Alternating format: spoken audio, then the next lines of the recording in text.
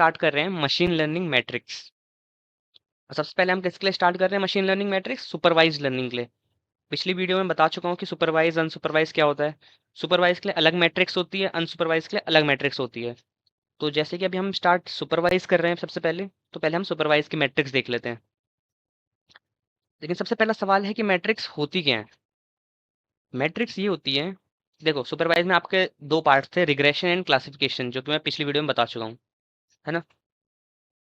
तो उसमें क्या है कि मैट्रिक्स क्या डिटरमाइन करती है? अगर आपको कोई ऐसा बोल रहा है कि मेरा मॉडल इतना अच्छा है, उसने किस बेसिस पे बताया कि मेरा मॉडल इतना अच्छा है? तो उसने जिस बेसिस पे बताया ना, उसी को मैट्रिक्स बोलते हैं। कि क्या फैक्टर्स थे कि उसने बताया कि मेरा मॉडल इतना अच्छा है, या मेरे मॉडल की एक्यूरेसी इतनी है, मेरा मॉडल इतना परसेंट एफिशिएंट है। वो किस बेसिस से बता पा रहा है? वो इनके बेसिस पे, एमएल मैट्रिक्स के बेसिस पे। ठीक है। ये आपको मदद करती है ढूंढने में कि आपका मॉडल कितना एफिशिएंट है नए डेटा पे, है ना। अब इन शॉर्ट सुपरवाइज्ड लर्निंग में ये एमएल मैट्रिक्स काम कैसे करती है, पहले मैं वो बताता हूँ। ठीक है। जनरली जो आप पे मैट्रिक्स हम बाद में देखेंगे, पहले इसका वर्क देख लेते हैं काम कैसे करता है। जो आप पे डेटा होता है, ठीक है, आप मशीन लर्निंग के टाइम क्या करते हो, उस डेटा को चार हिस्सों में तोड़ते हो। जो आप पे डेटा है, जो आप पे क्लीन डेटा आ गया ना फीचर इंजीनियरिंग के बाद, उसको चार हिस्सों में तोड़ते हो। किस किस में? X train, Y train, X test and Y test. ठीक है, ये चार हिस्सों में तोड़ोगे आप अपना डेटा। अब ऊपर के जो दो हिस्से हैं, X train and Y train, इन दोनों को तो लेगा आपका कौन? इन दोनों को लेगा आपका मॉडल। किस चीज के लिए? ट्रेनिंग के लिए। मतलब इसमें अपना वो पैटर्न ढूंढेगा। जैसे मैंने बताया था ना पिछली वीडियो में कि मशीन लर्निंग मॉडल क्या करते हैं, पैटर्न ढूंढते हैं। तो जो ये आपका डेटा होगा, इसमें तो आपको पैटर्न ढूंढेगा। तो इसमें मान लेते हैं जो आपका एक्स ट्रेन वाई ट्रेन होता है ना, उसको हम देते हैं अपना कितना, 80% डेटा। जनरली 80% डेटा ट्रेनिंग के लिए देते हैं हम। बाकी बचा कितना, 20% डेटा। अब एक्स ट्रेन वाई ट्रेन क्या है? एक्स ट्रेन और एक्स टेस्ट में क्या होते हैं, आपके इनपुट फीचर होते हैं। वाई ट्रेन और वाई टेस्ट में आपका क्या होता है, आउटपुट फीचर होता है। मतलब आपके अगर इतना बड़ा डेटा है, इतना बड़ा डेटा है, ठीक है, तो आपने इतना हिस्सा उस डेटा का किसको दे दिया, एक्स ट्रेन को। बाकी बचा इतना कितना किसको दे दिया, एक्स टेस्ट को। और वैसे इनपुट आउटपुट फीचर में यही करोगे। अगर इनपुट फीचर यहाँ पे थे, आउटपुट फीचर में भी क्या करोगे, जैसे आउटपुट फीचर होगा ना आपका, आउटपुट फीचर होंगे यहाँ पे, इतना हिस्सा आप वाई ट्रेन को दे दोगे जितना आपने एक्स ट्रेन को दिया था, और इतना आप वाई टेस्ट को दे दोगे जितना आपने एक्स टेस्ट को दिया था। ठीक है। तो ये तो कुछ बेसिक अंडरस्टैंडिंग थी। अब ये एक्यूरेसी कैसे निकालते हैं, मतलब एमएल मैट्रिक्स काम कैसे करती हैं। ठीक है। ये क्या करेगा, अब देखो मॉडल आपका ट्रेन हो चुका है, इसने एक्स ट्रेन और वाई ट्रेन पे मॉडल ट्रेन किया उसने, आपको मिल गया अपना फाइनल मॉडल। ठीक है। ट्रेनिंग के बाद आपको मिल गया अपना फाइनल मॉडल। ठीक है। अब ये फाइनल मॉडल किस पे काम करेगा, एक्स टेस्ट पे। याद रखना, सिर्फ एक्स टेस्ट पे। मॉडल ट्रेनिंग के टाइम हमने क्या दिए थे, दोनों दिए थे, एक्स ट्रेन और वाई ट्रेन। बट अब हम क्या दे रहे हैं, सिर्फ फाइनल मॉडल को एक्स टेस्ट। ठीक है। और जैसे कि इसका नाम ही है एक्स टेस्ट, तो फाइनल मॉडल क्या करेगा, इसके ऊपर प्रिडिक्शन करेगा। मतलब हम इसको एक्स टेस्ट के, जैसे F1 F2 एंड F3, और हमारा एक आउटपुट फीचर होगा ना। जब ट्रेनिंग के टाइम तो हमने ये चारों फीचर दिए थे, F1 F2 F3 and output feature भी दिया था ट्रेनिंग के लिए। बट अब टेस्टिंग के टाइम हमने क्या दिए, बस ये तीन फीचर दिए फाइनल मॉडल को। ठीक है। और इन तीनों को यूज करके ये क्या करेगा, प्रिडिक्शन करेगा। ये क्या करेगा, प्रिडिक्शन करेगा। ठीक है। जो इसने पैटर्न इसमें से देखे होंगे ना, ट्रेनिंग के टाइम इसने सीखे होंगे पैटर्न, उनके हिसाब से मतलब F1 F2 F3 की वैल्यू से दे दी जाएंगी। ठीक है। और ये एक एक करके प्रिडिक्ट करेगा कि F1 F2 पहले वाले रो के लिए वैल्यू दे रहा है ये। यहाँ पे एक टेबल बनाते हैं हम। ठीक है। यहाँ पे F1 F2, दो ही लेता हूँ मैं फीचर, ठीक है।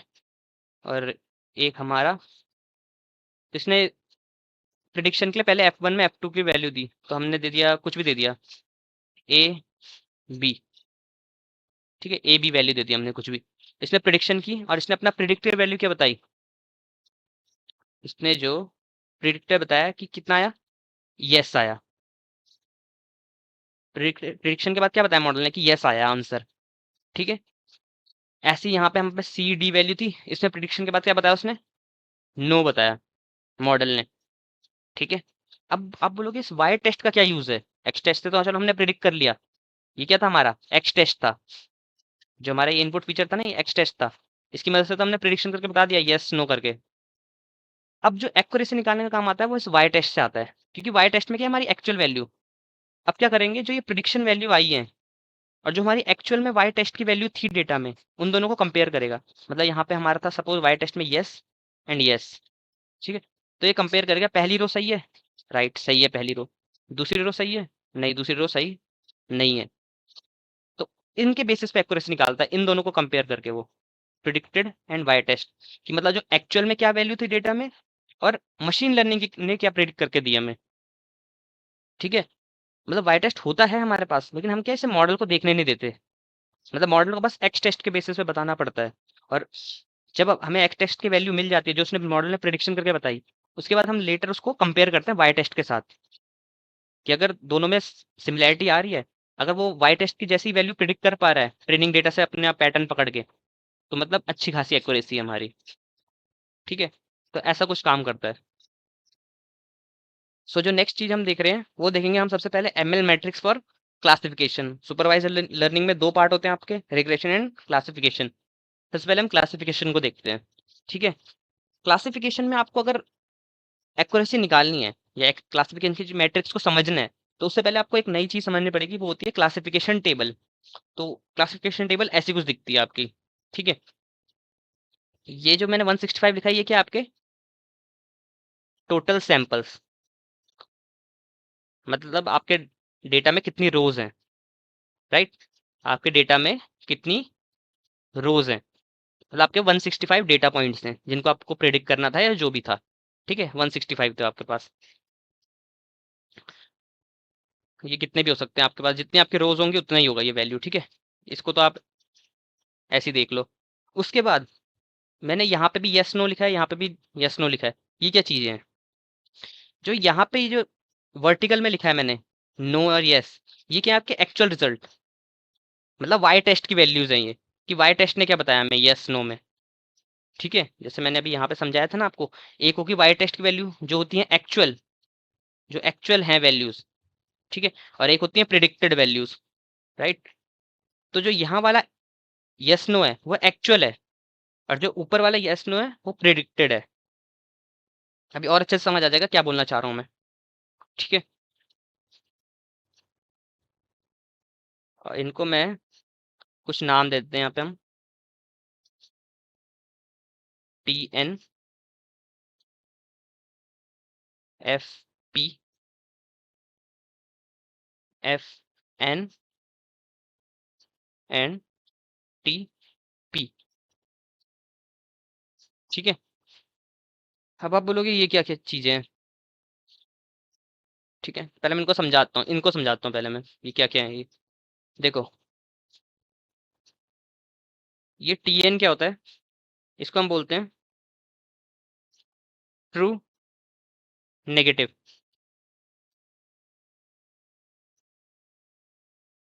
अब इसको एग्जांपल से समझाता हूँ। सपोज आप एक डॉक्टर के पास गए। ठीक है, आप क्या गए, एक डॉक्टर के पास गए, आप गए एक डॉक्टर के पास, डॉक्टर ने बोला आपको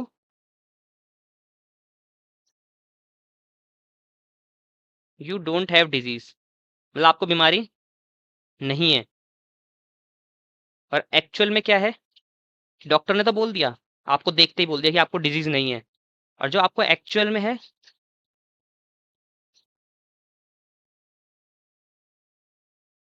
और एक्चुअल में भी आपको कोई बीमारी नहीं है। मतलब डॉक्टर ने भी बोला आपको डिजीज नहीं है, और एक्चुअल में भी डिजीज नहीं है आपको, मतलब डॉक्टर ने आपको जो प्रिडिक्शन की कि आपको बीमारी नहीं है, आपको इन रियलिटी भी कोई बीमारी नहीं है। जब ये वाला केस होता है, जब ये वाला केस होता है तो आपका क्या कहते हैं उसे, ट्रू नेगेटिव। ठीक है, कि मतलब जो मशीन लर्निंग ने मॉडल ने प्रिडिक्ट किया है, उसने भी बोला कि नहीं है, और एक्चुअल में भी बोला कि नहीं है, मतलब नो नो आया जब दोनों से, जब दोनों से नो आया, मतलब प्रिडिक्टेड में भी बोला नो, एक्चुअल रिजल्ट में भी बोला नो, तो आपका आया ट्रू नेगेटिव। ठीक है। अगला एफ एन, एफ एन होगा आपका फॉल्स नेगेटिव। समझ रहे होगे आप क्या होने वाला है इस बार। डॉक्टर ने बोला आपको यू डोंट हैव डिजीज। ठीक है, डॉक्टर ने तो बोल दिया कि यू डोंट हैव डिजीज। ठीक है, but in actual you have disease. Doctor ने बोला आपको बीमारी नहीं है, बट डॉक्टर की प्रिडिक्शन खराब हो गई, एक्चुअली में आपके पास आपको है डिजीज, बीमारी है आपको, तो आपका फॉल्स नेगेटिव कहलाता है वो चीज। जैसे कि यहाँ पे नीचे वाला, ये आपका ट्रू नेगेटिव है, ये आपका फॉल्स नेगेटिव है। सपोज हम ट्रू नेगेटिव में कितनी वैल्यू दे देते हैं, ट्रू नेगेटिव में हम देते हैं कि 50 वैल्यू हमारी ट्रू नेगेटिव की है, मतलब 165 टोटल रोज है हमारे पास, उनमें से जो 50 है वो ट्रू नेगेटिव को सपोर्ट कर रही हैं, और फॉल्स नेगेटिव को कितनी कर रही है, 5। ठीक है, अब अगला आता है हमारा क्या, फॉल्स पॉजिटिव। फॉल्स नेगेटिव में देख लो आप, जैसे प्रिडिक्टेड तो क्या बोला डॉक्टर ने कि नहीं है आपको बीमारी, नो, बट एक्चुअल में क्या आपके पास यस, जहां पे आपका इंटरसेक्शन हो रहा है, नो आप नीचे नीचे आओ यहाँ पे, फॉल्स नेगेटिव, यस यहाँ पे। ठीक है, कि मतलब मॉडल की प्रिडिक्शन खराब हो गई हम। ठीक है, और एक्चुअल में थी बीमारी वो। अब अगला क्या था हमारा, फॉल्स पॉजिटिव। ये आपका फॉल्स पॉजिटिव, इसको भी आपको थोड़ा, अगर जिसने पैटर्न पकड़ लिया होगा तो समझ ही क्या होगा, कि डॉक्टर ने आपको बोला यू हैव डिजीज। इस बार डॉक्टर ने क्या बोला, आपको बीमारी है। ठीक है, बट एक्चुअल में क्या था,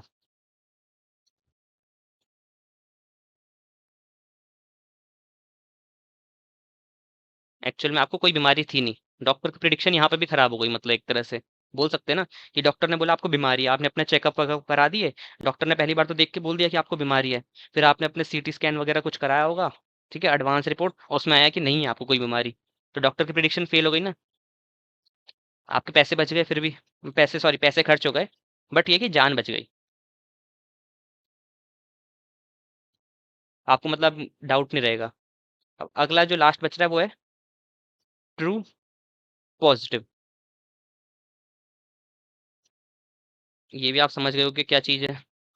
डॉक्टर ने बोला आपको यू हैव डिजीज,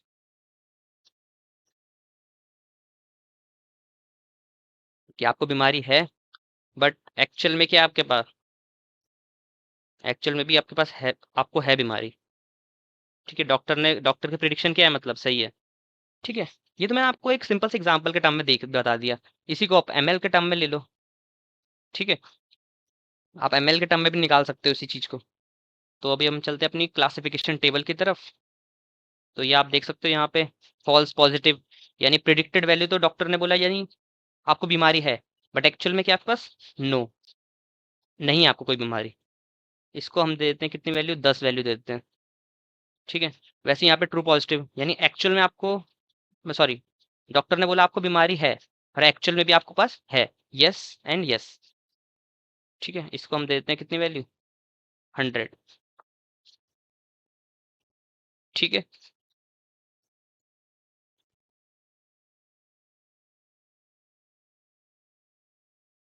अब देखो, इनमें एक चीज देखो, इनमें से ज्यादा रिस्की कौन सा है। चलो ये देखते हैं पहले, ट्रू नेगेटिव।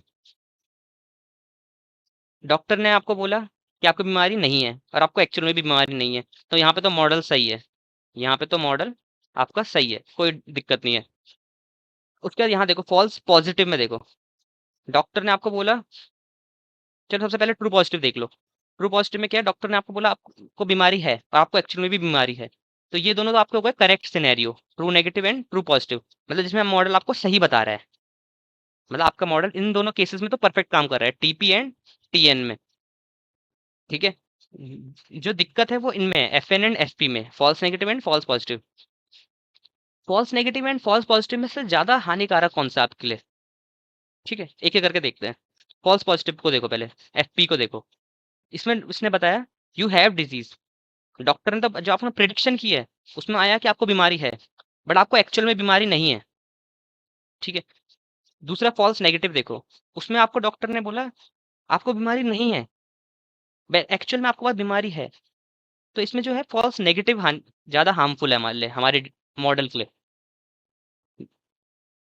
वो क्यों? चलो फॉल्स पॉजिटिव तो एक बार के लिए ये है कि डॉक्टर ने आपको बोल दिया कि आपको बीमारी है।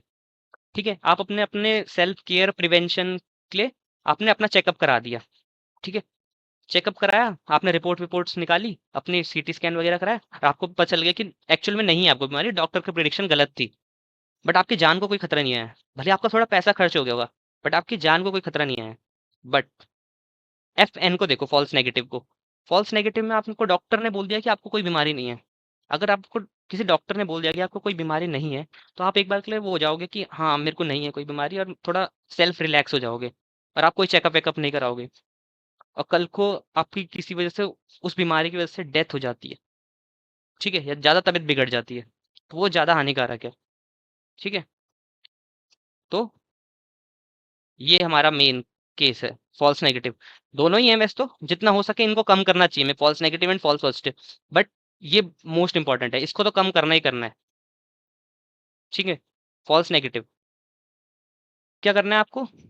जो मैंने ये बाकी ब्लैंक बचे हैं इनमें क्या करना है आपको? इसको प्लस कर दो, 50 एंड 5 को। 50 एंड 5 कितना हो रहा है? 55। ओके, ये हो रहा है आपका 55। ये 55 क्या है आपका?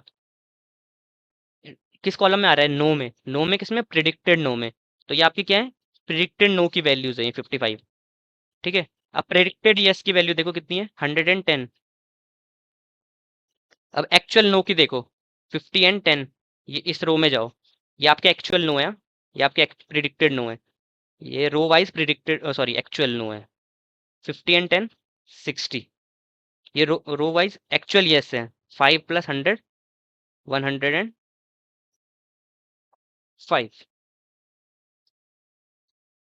ठीक है, आप चाहे इनको यहाँ पे ऐड करो, 60 + 105, 165 आएगा। चाहे आप यहाँ पे ऐड कर लो, 165 आएगा। ठीक है,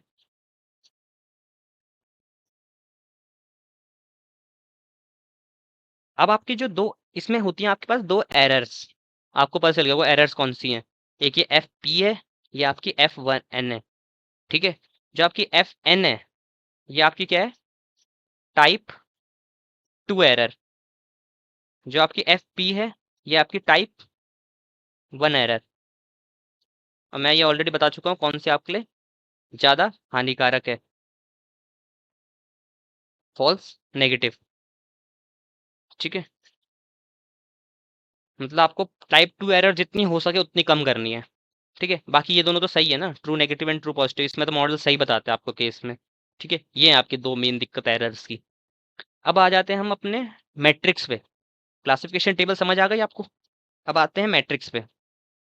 तो आपकी जो सबसे पहली मैट्रिक्स है उसे हम बोलते हैं एक्यूरेसी। सबसे पहली मैट्रिक्स है उसे हम बोलते हैं एक्यूरेसी। एक्यूरेसी कैलकुलेट करने के लिए एक फॉर्मूला होता है आपके पास।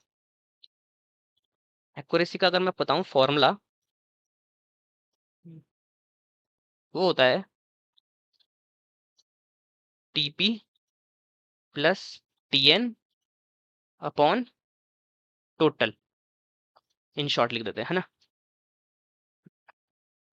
True positive plus true negative upon total, total number of observation. ठीक है, टीपी कितने आप पे? 100। टीएन कितने आप पे? 50। इसे लिखोगे आप 100 प्लस 50। ओवरऑल कितने आपके पास ऑब्जर्वेशन? 165। 165 कैलकुलेट करो, ये आएगा आपका 150, ये आएगा आपका 165, कैलकुलेट करोगे तो आएगा अप्रॉक्स 0.91। ठीक है, तो इसको अगर हम थोड़ा डेसिमल से हटा के परसेंटेज में लिखेंगे तो आएगा हमारा 91%। तो इसने बता दिया आपको जो मॉडल की एक्यूरेसी है वो 91% एक्यूरेसी है। कितना इजी था एक्यूरेसी निकालने का फॉर्मूला। ये जो आपके टीपी है टीएन, मतलब जो सही वैल्यूज है, एरर को हटा दो अभी के लिए। जो टीपी है और टीएन है इनको ऐड करो और डिवाइडेड बाय किससे कर दो, टोटल नंबर ऑफ, यानी आपका 165। ठीक है, इससे डिवाइड कर दो, आपको मिल जाएगी अपनी एक्यूरेसी। ठीक है, सबसे ज्यादा यूज इसी को किया जाता है जब आप simple machine learning, simple data sets के साथ काम कर रहे हो ना। ठीक है, अब इसके कुछ एडवांटेज और डिसएडवांटेज डिस्कस कर लेते हैं। तो इसके कुछ एडवांटेज अगर बोले, एडवांटेज हम ऐसे बोल सकते हैं कि देखो, पहला तो क्या है, ये सिंपल है यूज करने के लिए, सिंपल सा फॉर्मूला लग रहा है, कुछ कम दिक्कत नहीं है। और आपकी फर्स्ट प्रायोरिटी यही रहती है कि आप एक्यूरेसी को यूज करते ही करते हो। ठीक है, ये आपको क्या करता है, ओवरऑल मॉडल की एक्यूरेसी बताता है। मतलब एक जनरल टर्म में आप पहली बार इसे यूज करते ही करते हो ताकि आपको पता चले आपका मॉडल कितना सही काम कर रहा है ओवरऑल। ठीक है, अब इससे लेकिन कुछ दिक्कतें भी हैं कि कब इसे यूज नहीं करना चाहिए, डिसएडवांटेज की तरह कंसिडर कर सकते हैं हम इसे। ठीक है, कुछ दिक्कतें हैं इसके साथ। पहली दिक्कत जो है वो है इम्बैलेंस डेटा सेट। ये मैं ऑलरेडी डिस्कस कर चुका हूँ फीचर इंजीनियरिंग में क्या होता है इम्बैलेंस डेटा सेट, कि अगर आपके पास इम्बैलेंस डेटा है तो एक्यूरेसी उतना अच्छा काम नहीं करेगी। ठीक है, और जो दूसरी चीज है वो है टाइप ऑफ एरर्स। अब आपने ध्यान दिया होगा ऊपर फॉर्मूले में इसने एरर्स को अकाउंट में नहीं ले रखा, मतलब टीपी और टीएन को लिया है, यानी इसने लिया टीएन एंड टीपी, बट किसी भी एरर को इसने अकाउंट में नहीं लिया अपने फॉर्मूले के अंदर। ठीक है, तो ये क्या करता है, एरर्स को एक तरह ट्रीट करता है। ये मतलब एफपी और एफएन को एक तरह के तरह ट्रीट करता है। बट हमें पता है कि एफपी फिर भी उतना हार्मफुल नहीं है जितना एफएन है। एफएन बहुत ज्यादा हार्मफुल है ना। बट ये क्या करता है, सेम डिग्री दे देता है कि एफपी भी सेम हार्मफुल है, एफएन भी सेम हार्मफुल है, बट जबकि ये केस नहीं है, एफएन ज्यादा हार्मफुल है हमारे लिए। ओके, सो ये दो मेन रीजन है एक्यूरेसी। लेकिन इन दो रीजंस का जो ये टाइप ऑफ एरर है ये हमारे अगले मैट्रिक्स में ठीक हो जाता है। ठीक है, तो हम अपनी अगली मैट्रिक्स पे चलते हैं। तो जो हमारी अगली मैट्रिक्स है वो है प्रिसीजन। ठीक है, प्रिसीजन का जो फॉर्मूला है वो ऐसा कुछ है,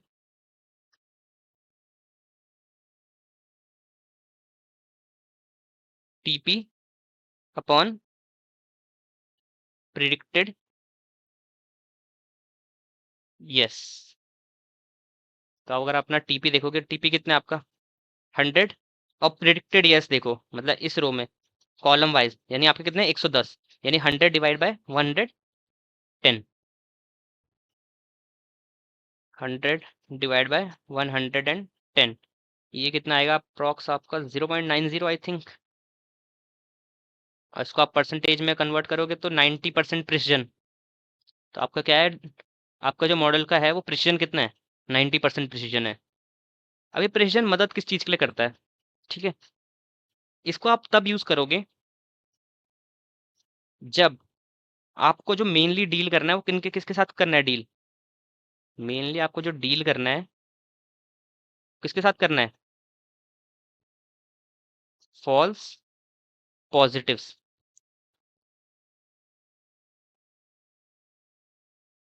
मतलब आपको इनका टाइप वन एरर कैलकुलेट करनी है कि टाइप वन एरर मेरे डेटा के लिए कितनी हार्मफुल है।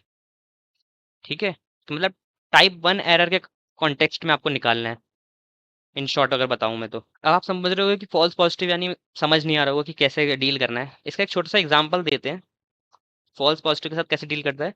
सपोज आप एक बना रहे हो स्पैम क्लासिफायर, आपके ईमेल जीमेल में होगा ना एक स्पैम क्लासिफायर, कि जो मैसेज को बता देता है कि ये वाला मैसेज आपका स्पैम है, ये वाला मैसेज आपका स्पैम नहीं है।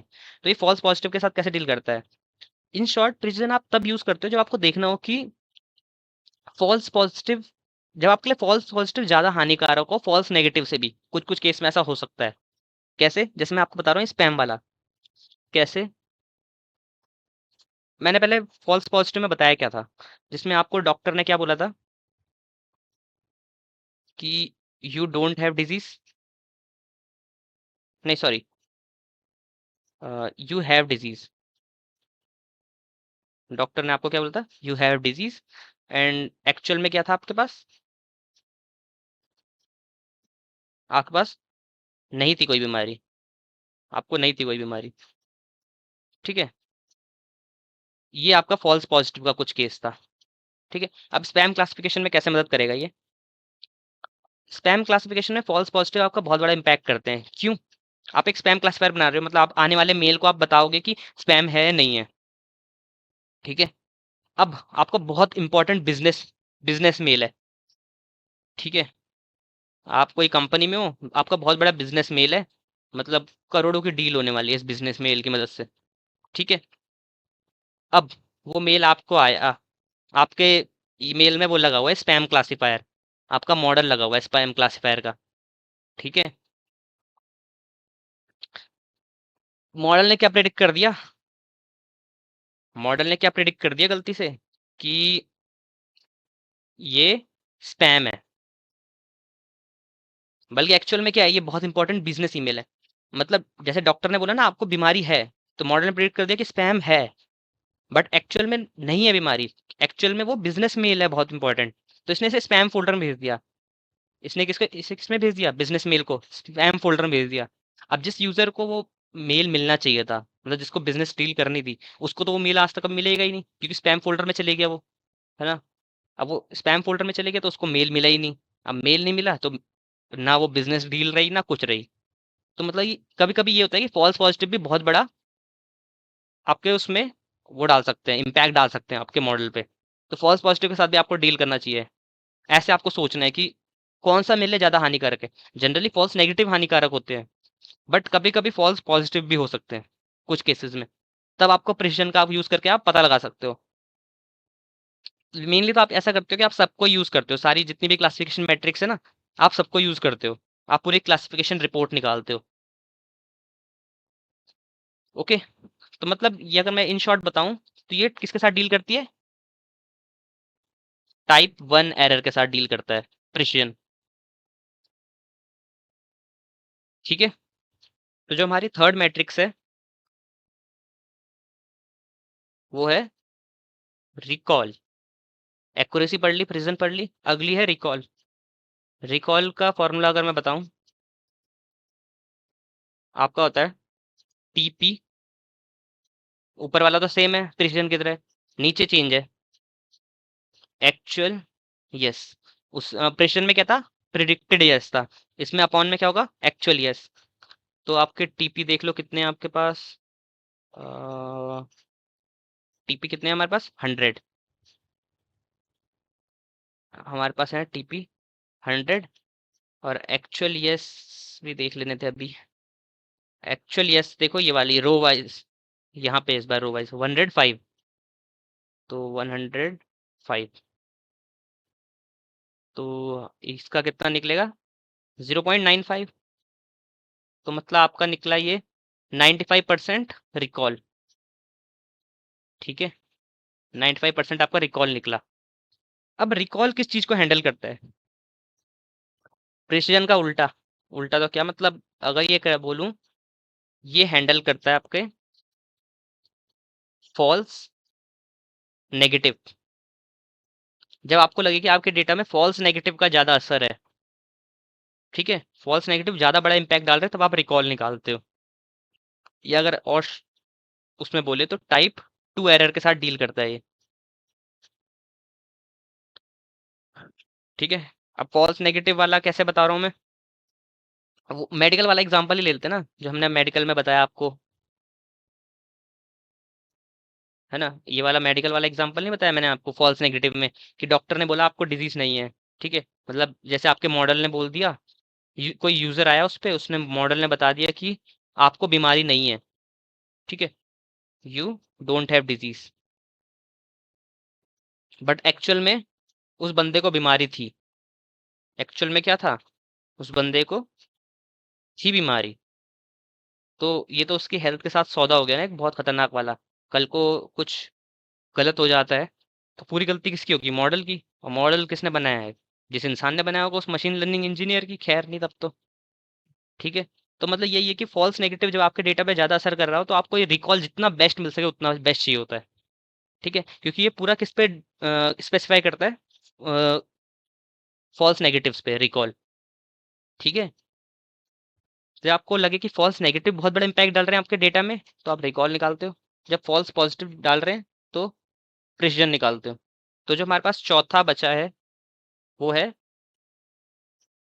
F1 score. ठीक है।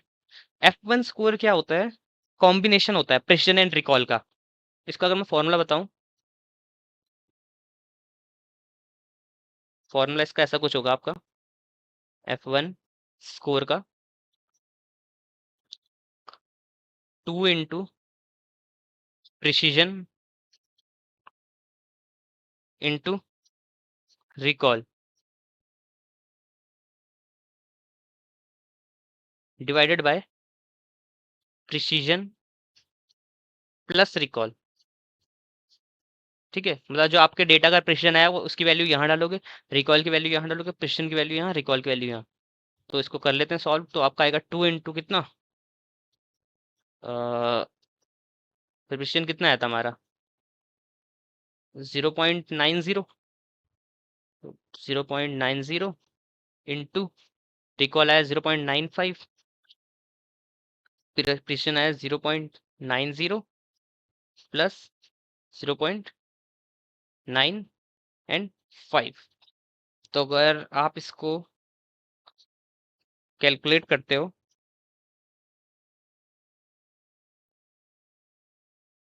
ये आपका आएगा 1.71 डिवाइडेड बाय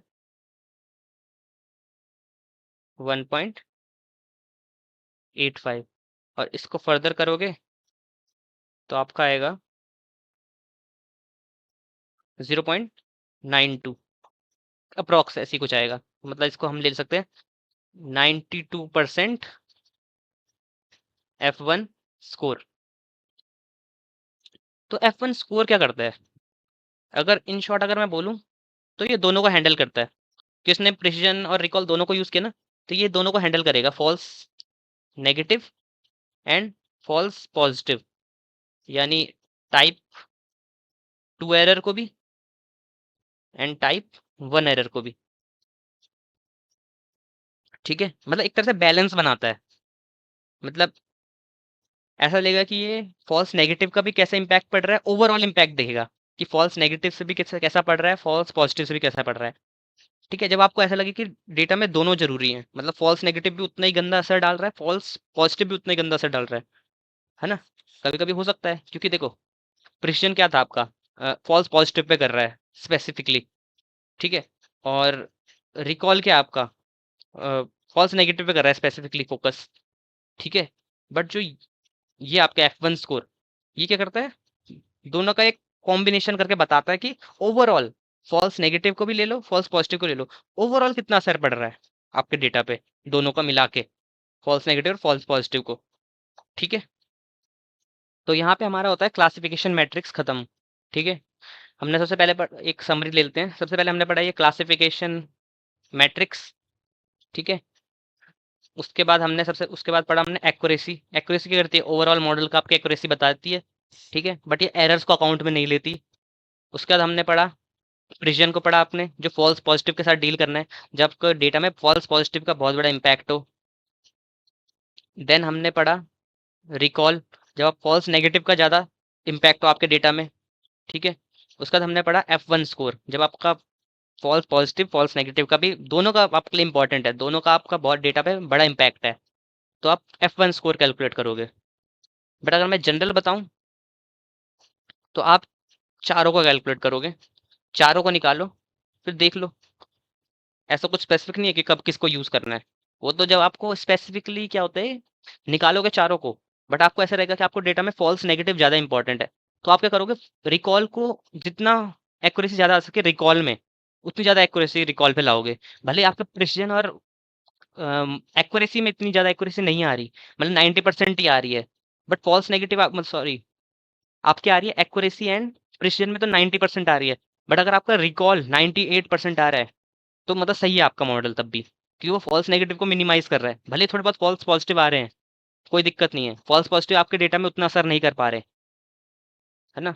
फॉल्स पॉजिटिव आपके लिए उतना इंपॉर्टेंट है ही नहीं, आप मेन किसके साथ डील कर रहे हो, फॉल्स नेगेटिव के साथ। जैसे मैंने वो डिजीज वाला एग्जांपल बताया, वो डेथली हो सकती है वाला मॉडल, तो आपको रिकॉल जितना हो सके उतना चाहिए, ठीक है। तो जैसे अगर वैसा केस होगा तो आपको रिकॉल पे ज़्यादा फोकस करना पड़ेगा, और अगर फॉल्स पॉजिटिव ज़्यादा इंपैक्ट डाल रहे तो फिर आपको प्रिसिजन को ज़्यादा फोकस करना पड़ेगा, और प्रिसिजन जितना बढ़ेगा उतना सही है। और बाकी भले एक्यूरेसी एक्यूरेसी उतनी ना बढ़े चलेगा, बट प्रिसिजन आना चाहिए अच्छा खासा, अगर आप फॉल्स पॉजिटिव इंपॉर्टेंट आपके डेटा में, ठीक है। तो यहाँ पे होती है हमारी क्लासिफिकेशन मैट्रिक्स खत्म। अगली होगी हमारी रिग्रेशन मैट्रिक्स। तो नेक्स्ट हम स्टार्ट कर रहे हैं रिग्रेशन मैट्रिक्स को, ठीक है। अब रिग्रेशन में हमारे पास सबसे पहले जो आती है मैट्रिक्स वो आती है MAE, ठीक है। इसका फुल फॉर्म है मीन एब्सोल्यूट एरर, राइट। अब देखो मैंने यहाँ पे एक टेबल बना रखी है, इसमें क्या है, एक्चुअल और प्रिडिक्टेड है, ठीक है। मतलब आप पे F1 F2 F3 फीचर थे, आउटपुट फीचर था, मॉडल ने आपको प्रिडिक्टेड वैल्यूज दे दी, ये वाली आपके राइट कॉलम में, बट क्या एक्चुअल आपके पास जो ये थी वो वाई टेस्ट की वैल्यू है ये वाली, तो अब आप इनके साथ कंपेयर करोगे उन्हें, ठीक है। रिग्रेशन में थोड़ा अलग तरीके से काम करता है as compare to classification, right. Predicted को हम डिनोट करते हैं किससे, वाई कैप से, और एक्चुअल को हम डिनोट करते हैं सिर्फ वाई से, ठीक है, ये याद रखना। ये वाई कैप से डिनोट होगी प्रिडिक्टेड, एक्चुअल वाई से सिर्फ। अब पहले आ जाते हैं इसके फॉर्मूले पे, मीन एब्सोल्यूट एरर के। इसका जो फॉर्मूला होगा वो होगा 1/n, n मतलब टोटल नंबर ऑफ ऑब्जर्वेशन, ठीक है। उसके बाद समेशन, यहाँ पे हम लगाएंगे मॉडुलस साइन। मॉडुलस आपको पता होगा अंदर अगर नेगेटिव होता है तो बाहर आके क्या हो जाता है, पॉजिटिव हो जाता है, ठीक है। y माइनस y बार, ठीक है, ये आपका फॉर्मूला है। मतलब माइनस करो, माइनस करो, माइनस करो, एक्चुअल से प्रेडिक्ट करो, तुम सबको माइनस करो और जोड़ दो।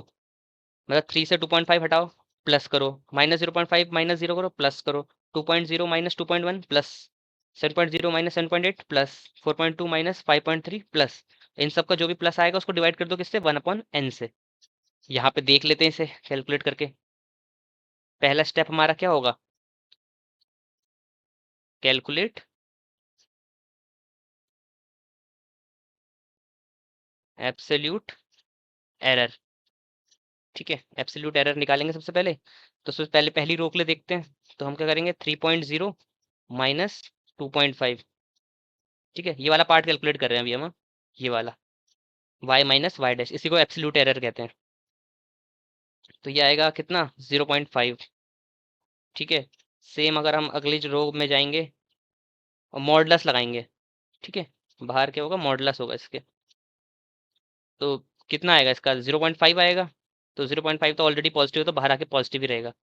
अगला रहेगा जो हमारा वो रहेगा -0.5 -0, ये कितना आएगा, -0.5, बट -0.5 मॉडुलस के अंदर है तो बाहर आके क्या हो जाएगा, पॉजिटिव, तो ये बचेगा 0.5 बस, ठीक है। ऐसे ही आप और निकालोगे, 2.0 -2.1 मॉडुलस, तो ये आपका आएगा -0.1, बट मॉडुलस के अंदर है, बाहर आके क्या हो जाएगा, 0.1।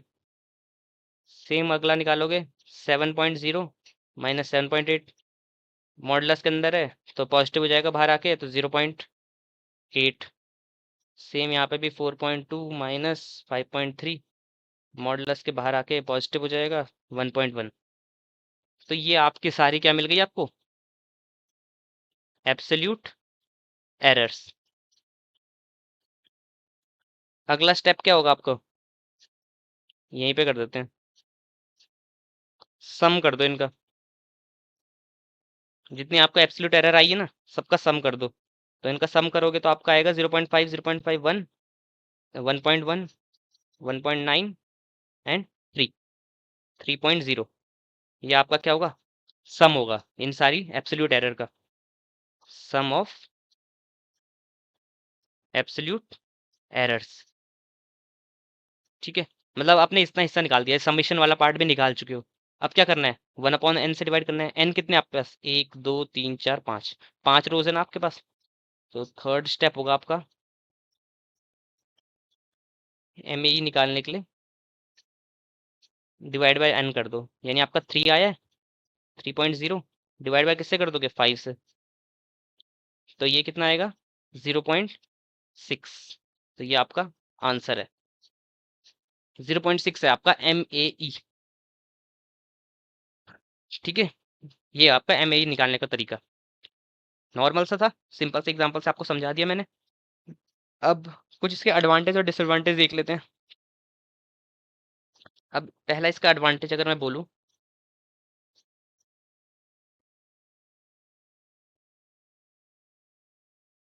पहला तो बहुत सिंपल है, सिंपल एंड इजी।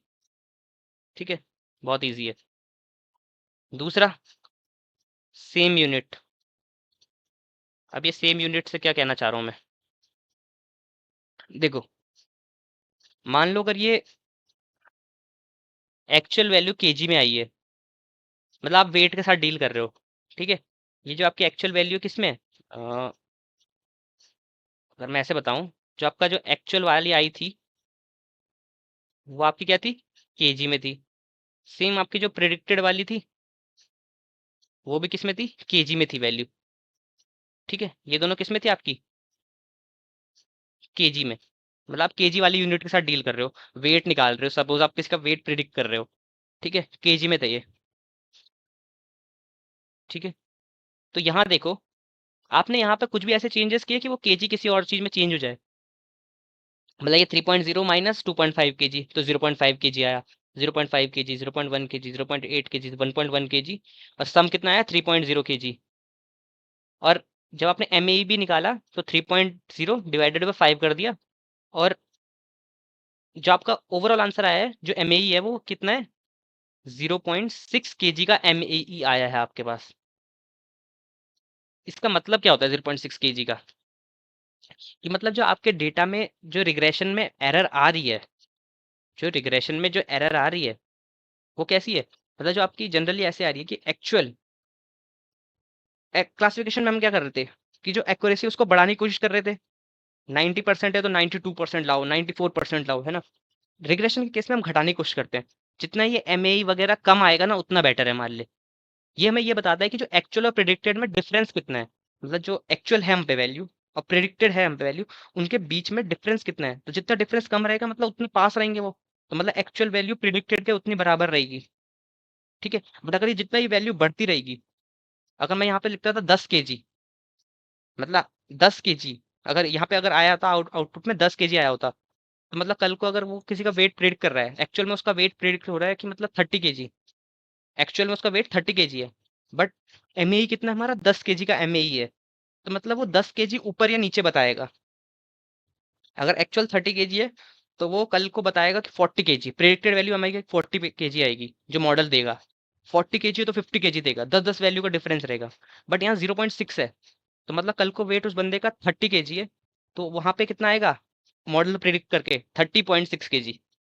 बहुत कम आ रहा है ना डिफरेंस, तो मतलब हमारा मॉडल रिलायबल है। ठीक है, और यहीं से मैंने आपको एक चीज बता दी कि यूनिट भी सेम है, यूनिट में चेंज नहीं आया आपके, यूनिट में चेंज नहीं आया है। मतलब ये जो आपका आउटपुट भी दिया है एमएई ने वो केजी में ही दिया है। ठीक है, अब आपको ये यूनिट वाला चक्कर अगले उसमें समझ आएगा जब मैं एक और मैट्रिक्स है ना रिग्रेशन की वो जब बताऊंगा, उससे समझ आ जाएगा कि ये यूनिट वाला इंपॉर्टेंट क्यों है इतना। ठीक है, तो अगर एक्चुअल और प्रिडिक्टेड केजी में, तो जो हमारा एमएई है वो भी किसमें है? केजी में।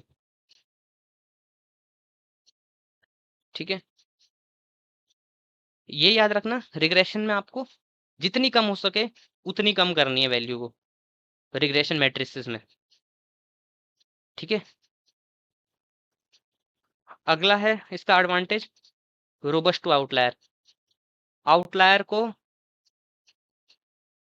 आउटलायर्स का ज़्यादा इफेक्ट नहीं होता एमएई पे, आउटलायर्स का ज़्यादा इफेक्ट नहीं होता। अगर ज़्यादा इफेक्ट भी क्या बोले कि मतलब जितना इफेक्ट रहता है उनका उतना ही रहता है, मतलब कुछ चेंजेस नहीं होते उनके इफेक्ट में। ठीक है, और थोड़ा बहुत वो आउटलायर्स को हैंडल कर लेता है। आउटलायर का ज़्यादा फर्क नहीं पड़ने देता आपकी एक्यूरेसी में, इन शॉर्ट अगर मैं बता रहा हूँ तो। डिसएडवांटेज पे अगर आते हैं हम इसकी,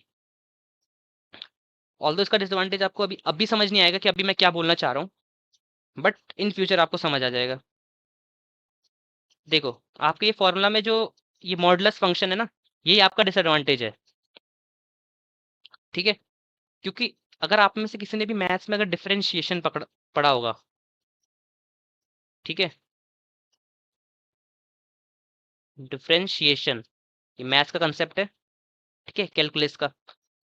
डिफरेंशिएशन में क्या होता है कि जो ये मॉडुलस होता है,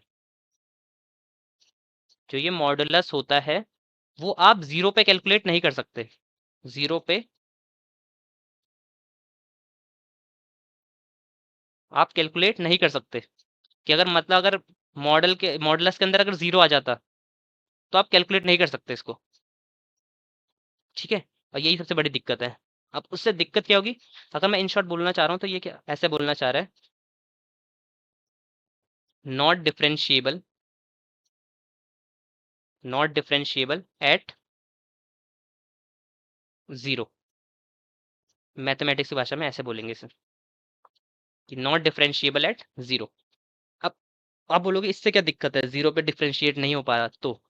अब देखो आगे जब हम अभी तो नहीं बट मे बी अगर डीप लर्निंग में या देखेंगे किसी में, तो उसमें एक कॉन्सेप्ट होता है ग्रेडियंट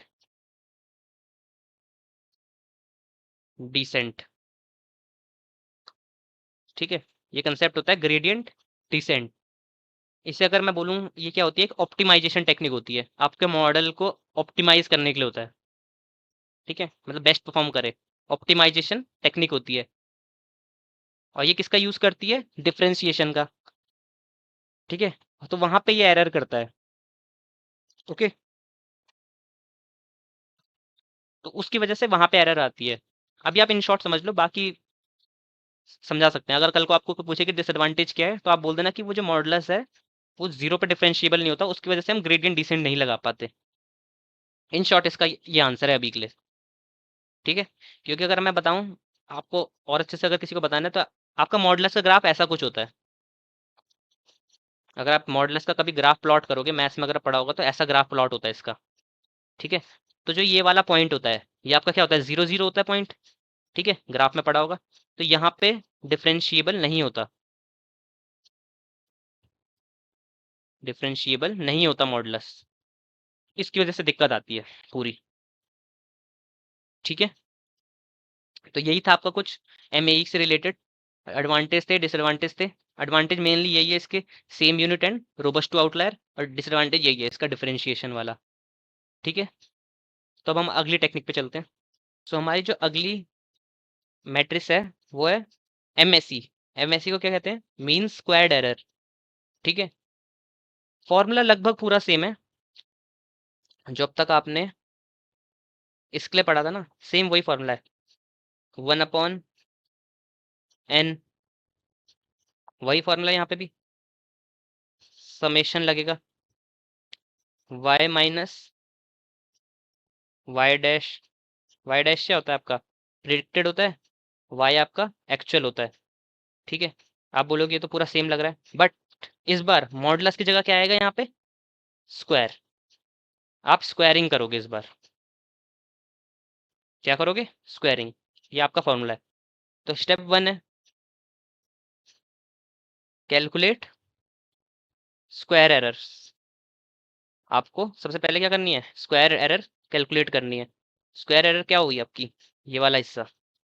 ठीक है, तो पहले वाले के लिए निकालोगे आप, ये आएगा आपका 3 - 2.5 का स्क्वायर।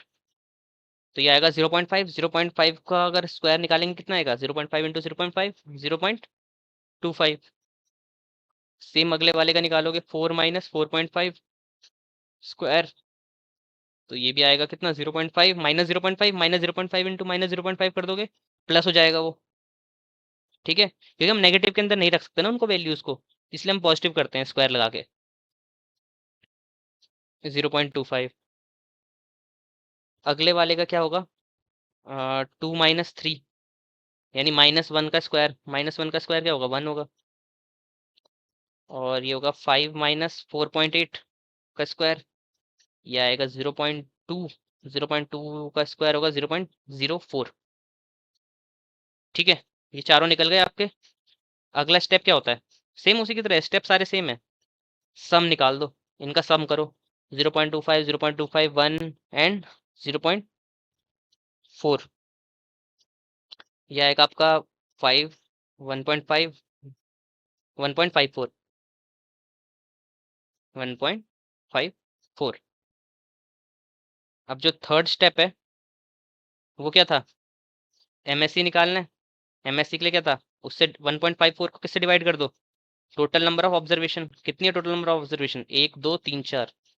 4 ऑब्जर्वेशन है, तो इसको कैलकुलेट करो। तो ये आएगा 0.385। ये आपका आ गया आंसर। सिंपल था, बस मॉडुलस की जगह स्क्वायर लग गया, बाकी सब सेम है। और मॉडुलस की जगह स्क्वायर क्यों लगा? हमें क्या डिसएडवांटेज आ रहा था यहाँ पे? कि डिफरेंशिएशन नहीं हो पा रहा था, राइट? तो ये अब डिसएडवांटेज एडवांटेज बन जाएगा आपका। आई थिंक पिछला वाला था ये। तो अब आपके इसके एडवांटेज देख लेते हैं।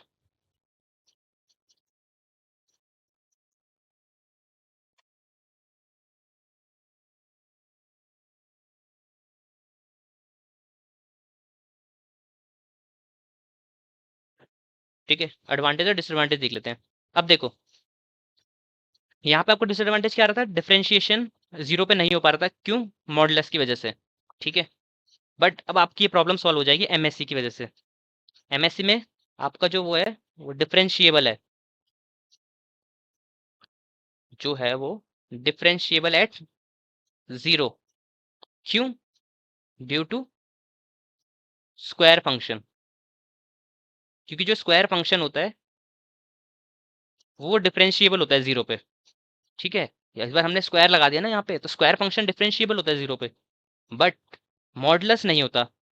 ठीक है, या जब आप डिफरेंशिएशन में जाओगे तो और अच्छे से समझ आएगा, और जिसने पढ़ा होगा डिफरेंशिएशन उसको ऑलरेडी समझ आ गया होगा। ठीक है, तो एडवांटेज तो यही है, जो हमें एमएससी एमएई में दिक्कत आ रही थी वो एमएससी ने ठीक कर दी।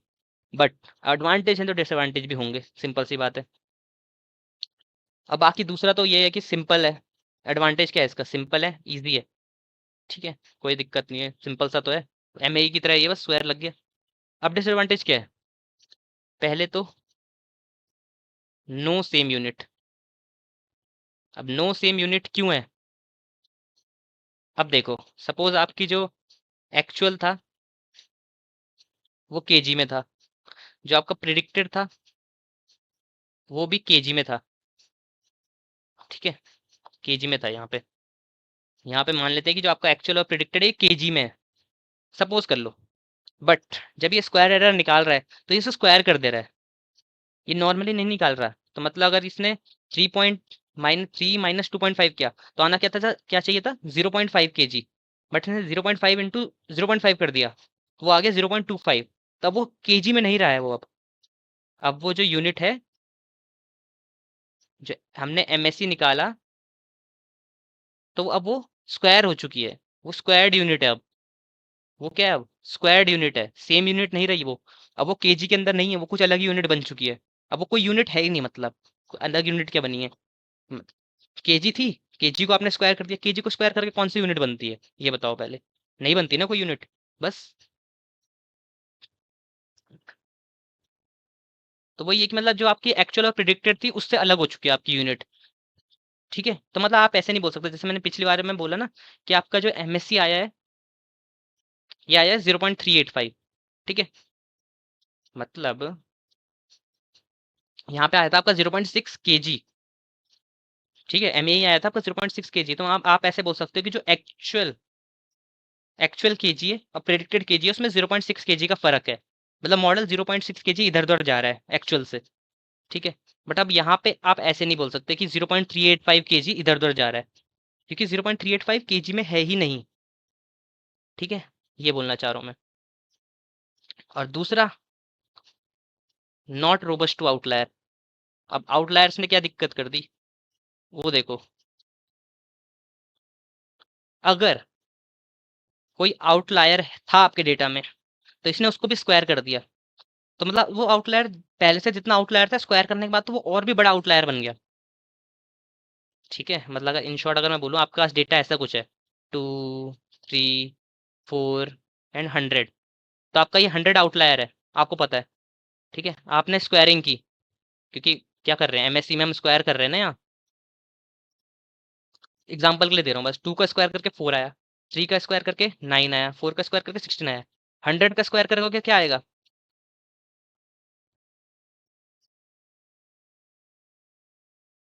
ये देखो, कहाँ ये छोटा सा आउटलायर था, पहले तो 100 था, ये और बड़ा स्क्वायर आउटलायर बन गया। तो मतलब इसने आउटलायर को कम तो किया नहीं, हमारी दिक्कत और बढ़ा दी। तो अगर आपके डेटा में आउटलायर नहीं है, तभी यूज करना इसे, वरना ये बहुत गलत आंसर बताएगा आपको। ठीक है, तो ये आपके कुछ एडवांटेज एंड डिसएडवांटेज हैं एमएससी के। ठीक है, अगर इन शॉर्ट बोला जाए, तो जो एमएई के एडवांटेज डिसएडवांटेज थे ना, वो इंटरचेंज हो गए यहाँ पे, आपको लग भी रहा होगा। ठीक है, तो हम अपनी अगली मैट्रिक्स पे चलते हैं। इसके बाद हमारे जो थर्ड मैट्रिक्स है, वो है आरएमएससी। आरएमएससी वो full form, root mean squared error.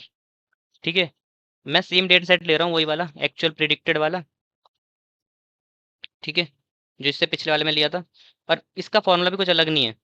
जो आरएमएससी होता है ना, अगर मैं इन शॉर्ट बताऊं, वो क्या होता है, अंडर रूट कर दो एमएससी को।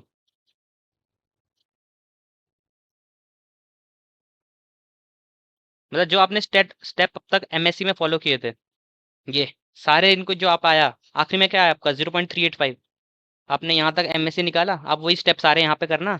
और हमें क्या मिल गया एमएससी हमारा लास्ट में, हमें मिला एमएससी हमारा कितना, 0.385 था शायद। ये हमारा एमएससी मिल गया। ठीक है, आपने इस डेटा का यूज करके एमएससी निकाल दिया अपना। बस आर एमएससी क्या करना है अब आपको, इसका स्क्वायर सॉरी रूट निकाल देना है। मतलब इसको अंडर रूट में भेज दो 0.385, तो क्या आएगा आपका,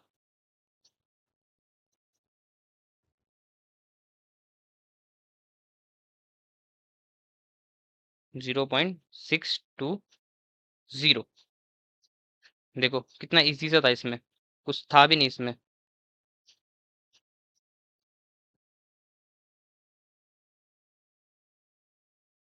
ठीक है, तो ये आपका निकल गया आर एम एस सी,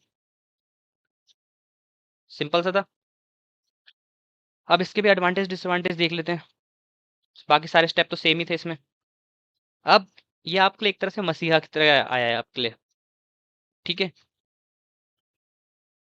क्यों? क्योंकि ये क्या करता है, जो अपने अब तक दो पिछले मेथड पढ़े, एमएई एंड एमएससी, उन दोनों के जो ड्रॉबैक्स आ रहे थे, उनको ठीक कर देता है। पहला तो क्या, सेम यूनिट। एमएससी में हमको ये दिक्कत आ रही थी कि यूनिट बढ़ जा रही थी, क्यों? क्योंकि हम स्क्वायर कर दे रहे थे। बट यहाँ पे वो यूनिट कैसे ठीक हो गई, यहाँ पे वो यूनिट कैसे ठीक हो गई, अगर इन शॉर्ट बोले जाए, हम क्या कर रहे हैं, हम यहाँ स्क्वायर तो कर रहे हैं, 0.25 को स्क्वायर तो कर रहे हैं, बट एट लास्ट हम क्या कर रहे हैं, उसे अंडर रूट भी कर दे रहे हैं। तो स्क्वायर को अंडर रूट कैंसिल कर दे रहा है। ठीक है, तो हमारी जो यूनिट की वैल्यू है वो रिटेन हो जा रही है। ठीक है, तो इस वजह से हमें सेम यूनिट मिल रही है। पहले तो ये चीज हो गई। दूसरा,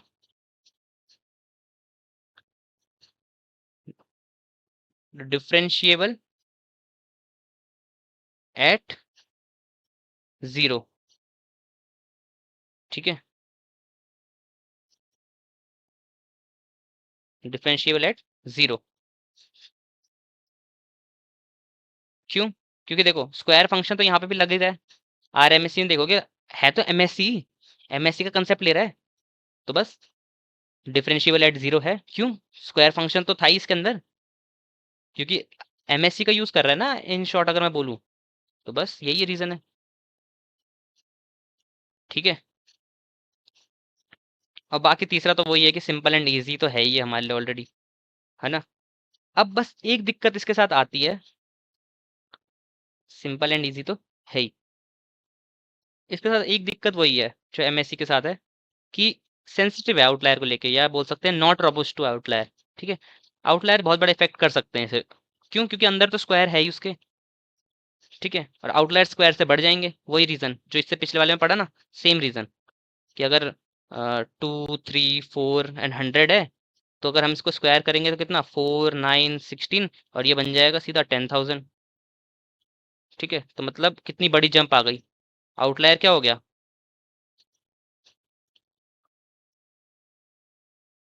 जो और ज्यादा बड़ा बन गया। क्यों? क्योंकि देखो क्या है ये, R M S E under root में तो एम एस सी चल रहा है इसके, और एम एस सी के अंदर क्या था हमारे पास, स्क्वायर कर रहे थे। स्क्वायर वाला हिस्सा तो अभी भी है, भले हम रूट से उसे कम ले आ रहे हैं, बट एक बार अंदर पहले वो स्क्वायर हो चुका है, तो आउटलायर की वैल्यू तो बढ़ चुकी है। ठीक है, तो वही दिक्कत है कि आउटलायर से एक बार, आउटलायर के साथ सेंसिटिव है वो। ठीक है, आर एम एस सी। तो जो हमारी जो नेक्स्ट टेक्निक है, हम मैट्रिक्स कह सकते हैं, वो है आर टू स्कोर, जिसे हम बोलते हैं रेसिडुअल स्कोर भी कहते हैं। ठीक है, इसका दूसरा नाम है कोफिशिएंट ऑफ डिटर्मिनेशन, जो कि मैंने यहाँ लिखा हुआ है। मैंने वही सेम डेटा सेट लिया है आपका, Y actual and Y predicted. ठीक है, एंड आपका जो आर टू का फॉर्मूला है वो ऐसा कुछ होता है, R2 = 1 - SS RES upon SS total. अब इसमें SS RES क्या है, सम ऑफ स्क्वायर्स ऑफ रेसिडुअल, या आप इसे ऐसे बोल सकते हो, रेसिडुअल सम ऑफ स्क्वायर्स। ठीक है, SS टोटल को क्या कहोगे, टोटल सम ऑफ स्क्वायर्स। ठीक है, अब अपना शुरू करते हैं मैथमेटिक्स का। सबसे पहले तो आप क्या करोगे, सबसे पहला जो आपका स्टेप होगा वो होगा calculate mean of Y actual. जो आपका वाई एक्चुअल है, ये जो आपका पहला कॉलम है वाई एक्चुअल, इसका मीन निकालो। तो इसका अगर हम मीन निकालेंगे कितना आएगा, इसको हम डिनोट करते हैं किससे, कैपिटल वाई बार से डिनोट करते हैं। ठीक है, ये स्मॉल वाई, ये कैपिटल वाई बार से हम डिनोट कर रहे हैं वाई एक्चुअल के मीन को। मीन को कैलकुलेट करोगे, 3 + 4 + 2 + 5 डिवाइडेड बाय 4, तो आएगा ये 3.5। मीन निकालना तो आता ही होगा सबको। ठीक है, तो इसका हमें मीन मिल गया एक्चुअल का 3.5। ओके, अब अपना नेक्स्ट स्टेप देखते हैं। नेक्स्ट स्टेप होगा हमारा कैलकुलेट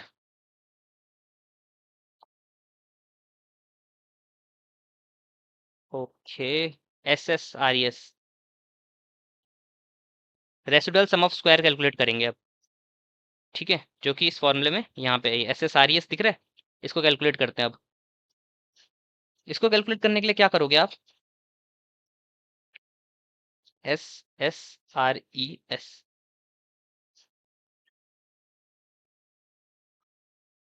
इसका फॉर्मूला होता है समेशन ऑफ, समेशन लगाओगे y माइनस y कैप या प्रिडिक्टेड का स्क्वायर। ठीक है, ये इसका फॉर्मूला है। अब इस फॉर्मूले को इम्प्लीमेंट कर लेते हैं। समेशन करना है आपको किस किस का, जो अब तक कर ही रहते हैं, 3 - 2.5, 3 - 2.5 स्क्वायर, जो आपने एमएससी में याद रखो। एमएससी में आपको ये वाला हिस्सा याद है अपना, अ, ये वाला, यही करना है आपको इसमें। ठीक है, ये वाला पार्ट आपको निकालना है। तो करेंगे हम 3 - 2.5 का स्क्वायर, लिख लेते हैं यहाँ पे, पूरा ही कर लेते हैं ना, 3 - 2.5 का स्क्वायर, देन ऐड करोगे प्लस समेशन है ना, 4 - 4.5 का स्क्वायर, 4 - 4.5 का स्क्वायर, प्लस 2 - 3 का स्क्वायर। ठीक है, अगला होगा आपका 5 - 4.8 का स्क्वायर।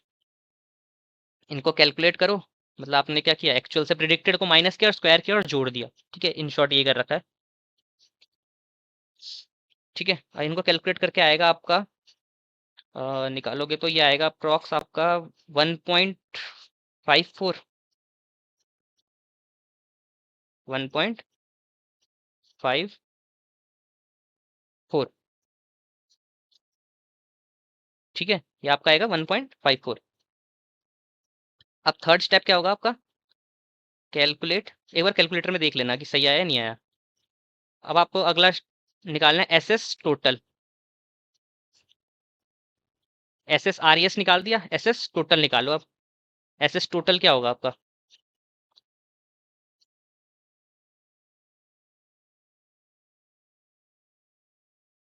अब आपको मीन निकल गया आपका, मीन निकाल दिया था हमने 3.5। अब एक्चुअल को, अब तक क्या करते आप, एक्चुअल प्रिडिक्टेड से माइनस कर रहे थे, बट अब क्या करोगे, एक्चुअल को 3.5 से माइनस करोगे। यानी इसका फॉर्मूला ऐसा हुआ, समेशन ऑफ, ये तो यही रहेगा स्मॉल वाई, जो एक्चुअल वैल्यू थी आपकी, माइनस इस बार किससे करोगे, ये जो आपने मीन निकाला है इससे स्क्वायर करोगे इस बार। मतलब 3 माइनस, ये तो आगे का 3 रहेगा, माइनस किससे करोगे, 3.5 से, 3.5 का स्क्वायर, प्लस आगे 4 रहेगा जैसे ऊपर था, माइनस 3.5 का स्क्वायर, प्लस 2 रहेगा माइनस 3.5 का स्क्वायर, प्लस 5 रहेगा माइनस 3.5 का स्क्वायर। ठीक है, इसको कैलकुलेट करना, 5 आएगा आई थिंक, देख लेना, 5 या 5 पॉइंट कुछ आ सकता है, बट 5 रहेगा अप्रॉक्स। ठीक है, तो हम 5 ले लेते हैं। तो आपको मिल गया S S R E S, S S total मिल गया, लगा दो फॉर्मूला। फॉर्मूला क्या था, 1 - S S R E S 1 / S S total.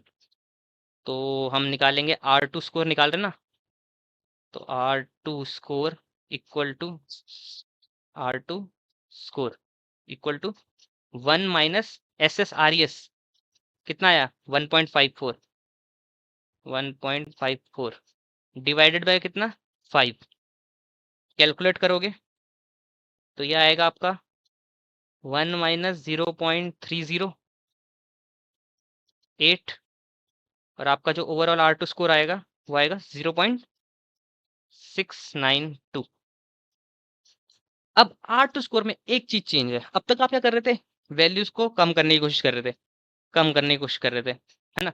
MSc, MAE और आरएमएससी में क्या किया आपने, जितना वैल्यू कम हो सके उतना कम करने की कोशिश करनी है। बट R2 स्कोर थोड़ा सा अलग है। कैसे अलग है, जो R2 स्कोर की रेंज होती है, R2 स्कोर की जो रेंज होती है वो होती है 0 से लेके 1 तक। ठीक है, R2 स्कोर की रेंज होती है 0 से लेके 1 तक। या आप ऐसे भी इसे परसेंटेज में भी कर सकते हो कि R2 स्कोर कितना है आपका, 69% है। इसमें थोड़ा क्लासिफिकेशन वाला टेस्ट आ रहा है ना, 69% है आपका R2 स्कोर। तो वही है कि जितना 1 के करीब जाएगा उतना आपका R2 स्कोर अच्छा है, और उतना आपका डेटा की एक्यूरेसी है। ठीक है, रिग्रेशन में भी एक्यूरेसी टाइप का ये एक तरह से मैट्रिक्स है ये, कि जो परसेंटेज में देता है। जनरली हम एमएई एमएससी में क्या पढ़ा, वो कुछ वैल्यू देते हैं जो डिफरेंस बताते हैं हमें एक्चुअल और प्रिडिक्टेड में, कि हमारा अगर मॉडल प्रिडिक्ट कर रहा है तो एक्चुअल से कितना दूर है। बट ये नहीं बताता, ये ऐसे बताता है कि परसेंटेज के टर्म में कि हमारा कितना अच्छा मॉडल है, ये परसेंटेज के टाइप में बताता है। भले ही रिग्रेशन के लिए यूज होता है, बट ये बताता किस तरीके में, जैसे क्लासिफिकेशन के लिए हम परसेंट में बता रहे थे ना अब तक, वैसे में बताता है ये। और 0 से 1 तक रेंज करता है, 0 से 1 यानी क्या, 0 से 100% तक की रेंज में। ठीक है, और जितना ज्यादा परसेंटेज होगा मतलब उतना अच्छा आपका मॉडल है। ठीक है, अब एक और चीज होती है इसके बाद। ठीक है, एक और चीज होती है, वो होता है आपका एडजस्टेड R2 स्कोर। अगला क्या होता है आपका, एडजस्टेड R2 स्कोर। बट अभी हम उसको नहीं देख रहे हैं, क्योंकि R2 स्कोर से आपका लगभग काम हो जाएगा। वो पूरा R2 स्कोर होता है।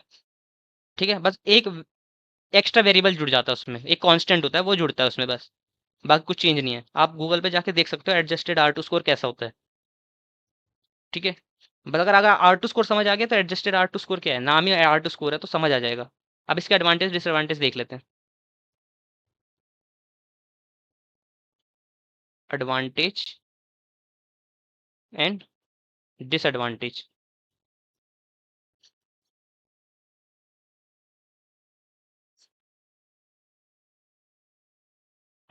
ठीक है, सबसे पहले तो आपको सोचना नहीं पड़ेगा कि जैसे एमएई एमएससी वगैरह में आप सोच रहे थे ना कि इसमें लगाना पड़ेगा इसमें नहीं लगाना पड़ेगा। ऑटो स्कोर ना जनरली सारे केसेस में काम कर लेता है लगभग। ठीक है जी। जैसे आर एमएससी वगैरह में आप सोच रहे थे कि इसमें लगाना है, इसमें आपका मॉडुलस आ रहा है तो इसमें नहीं लगाना है, ऐसे सोचना पड़ रहा था ना आपको कि इसमें सेम यूनिट हो रही है नहीं हो रही है ना। इसमें आपको सोचने की जरूरत नहीं है कुछ, जनरली वर्क सारे केसेस में करता ही करता है। बट अब इसमें एक दिक्कत है आर टू कॉलम में। पहले दिक्कत क्या है कि ये नॉन लीनियर डेटा पे अच्छा नहीं चलता। नॉन लीनियर डेटा में ऑलरेडी बता चुका हूँ पुरानी वीडियोस में क्या होता है, जब आपके इंडिपेंडेंट कॉलम और आउटपुट कॉलम के बीच में अच्छा रिलेशनशिप नहीं होता। ठीक है, तो एक तो तब अच्छा काम नहीं करता। दूसरा, अगर आपके डेटा में बहुत सारे इररेलेवेंट कॉलम्स हैं, इररेलेवेंट कॉलम्स यानी जिनका कुछ यूज है नहीं, आपने फीचर सिलेक्शन वगैरह किया नहीं कुछ, ठीक है, आपने ऐसे ही दे दिया डेटा को। तो अगर आपके डेटा में इररेलेवेंट कॉलम्स हैं,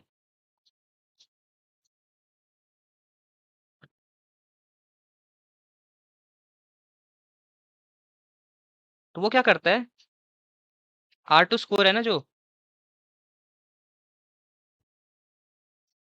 वो या तो इंक्रीज कर देगा या सेम रहेगा, बट वो डिक्रीज नहीं होता। और जो कि बहुत बड़ी दिक्कत है। क्यों है वो दिक्कत? देखो, डेटा में इररेलेवेंट कॉलम्स है, ठीक है, मैं ऐसे मानता हूँ मेरे डेटा में 10 कॉलम है, ठीक है, आउटपुट कॉलम को छोड़ दो, इनपुट कॉलम से, सिर्फ इनपुट कॉलम को देख रहे हैं अभी। 10 कॉलम से 10 कॉलम्स दिए हमने अपने आर टू स्कोर के लिए ना, तो उनमें से 5 ही इंपॉर्टेंट है। इंपॉर्टेंट कौन से हैं? इंपॉर्टेंट सिर्फ 5 हैं। 5 हमारे क्या है, इररेलेवेंट है, ठीक है। अब हमारे क्या आ रहा है, जब जब हम 5 का यूज कर रहे हैं, जब हम 5 का यूज कर रहे हैं, तो हमारा आर टू स्कोर आ रहा है 90%, ठीक है।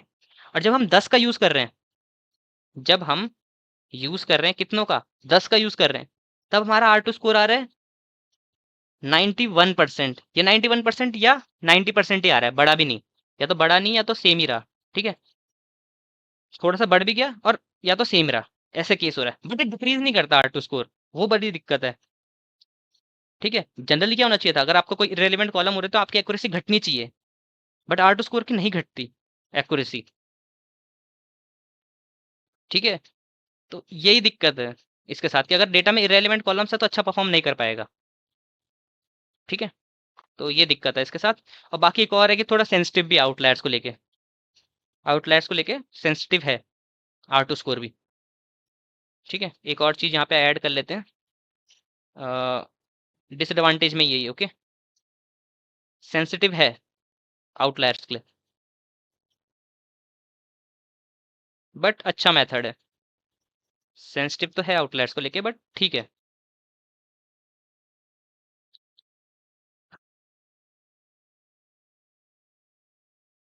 अब देखो, डेटा में एक दिक्कत, मैंने आर टू स्कोर की एक दिक्कत बताई कि ये इरेलीवेंट कॉलम्स वाली, ठीक है।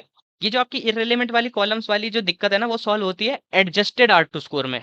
अगर आपके डेटा में ये दिक्कत आ रही है, तो आप एडजस्टेड आर टू स्कोर का यूज कर सकते हो। ये हमारी कौन सी टेक्निक थी, फोर्थ। हमारी फिफ्थ टेक्निक हो सकती है एडजस्टेड आर टू स्कोर, ठीक है। एडजस्टेड आर टू स्कोर तभी बना है जब आपको ये दिक्कत आ रही है कि मतलब आपका आर टू स्कोर या तो बढ़ रहा है या सेम हो रहा है, बट डिक्रीज नहीं कर रहा इरेलीवेंट। बल्कि जनरली क्या होना चाहिए कि अगर इरेलीवेंट कॉलम्स आ रहे हैं तो आपका एक्यूरेसी घटनी चाहिए, क्योंकि आर टू स्कोर क्या है, एक्यूरेसी की तरह ही है, परसेंटेज में बताती है ना। तो आपका आर टू स्कोर घटना चाहिए, बट इंस्टेड वो बढ़ रहा है या तो सेम रह रहा है, जो कि दिक्कत है, ठीक है। वो घटना चाहिए था वो। तो उसको करने के लिए हम एडजस्टेड आर टू स्कोर का यूज करते हैं, ठीक है। एडजस्टेड आर टू स्कोर की वजह से क्या होगा कि जब भी आप कोई इरेलीवेंट कॉलम डालोगे ना, तो आपका आर टू स्कोर घटेगा, ठीक है। तो ये वाली प्रॉब्लम सॉल्व करता है। तो ये क्या करता है, सॉल्व नंबर 2 डिसएडवांटेज